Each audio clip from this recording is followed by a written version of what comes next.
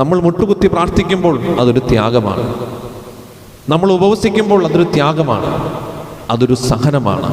അത് ജീവിതത്തോട് നമ്മൾ ചെയ്യുന്ന ഒരു എന്താ പറയുക, കുരിശിൻ്റെ സഹനം. അതുകൊണ്ടാണ് സ്നേഹമുള്ളവരെ ഈ നോമ്പ് കാലഘട്ടത്തിൽ കുരിശിൻ്റെ സഹനത്തിന് ഇത്രയേറെ പ്രാധാന്യമുള്ളത്.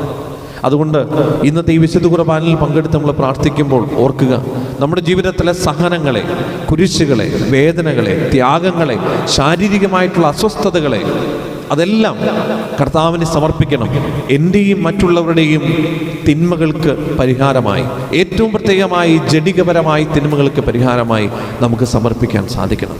അതുകൊണ്ട് പ്രായഭേദമെന്നെ ഈ ജഡികാഭിലാഷങ്ങളും ഈ കണ്ണിൻ്റെ കാഴ്ചകളും നോട്ടങ്ങളും അത് തിന്മയിലേക്ക് നയിക്കാറുണ്ട്. അതുകൊണ്ട് നമുക്ക് ജാഗരൂകരായിരിക്കാം.